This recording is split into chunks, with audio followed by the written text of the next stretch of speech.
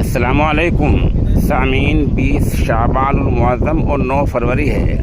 خبر کا عنوان ہے ان تینوں وزرائے اعلیٰ کے خلاف لوگ سپریم کورٹ پہنچے۔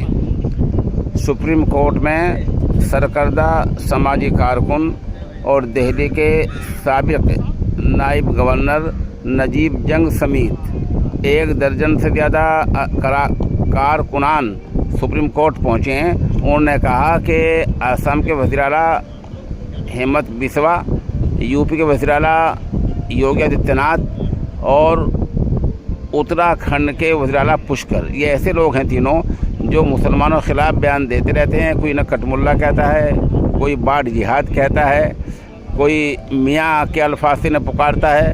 سپریم کورٹ کی عرضی میں کہا گیا ہے کہ تینوں کے بیانات بھڑکاؤ ہوتے ہیں، نفرت آمیز ہوتے ہیں، سماجی تانا بانا ایسے بیانوں سے بکھر سکتا ہے۔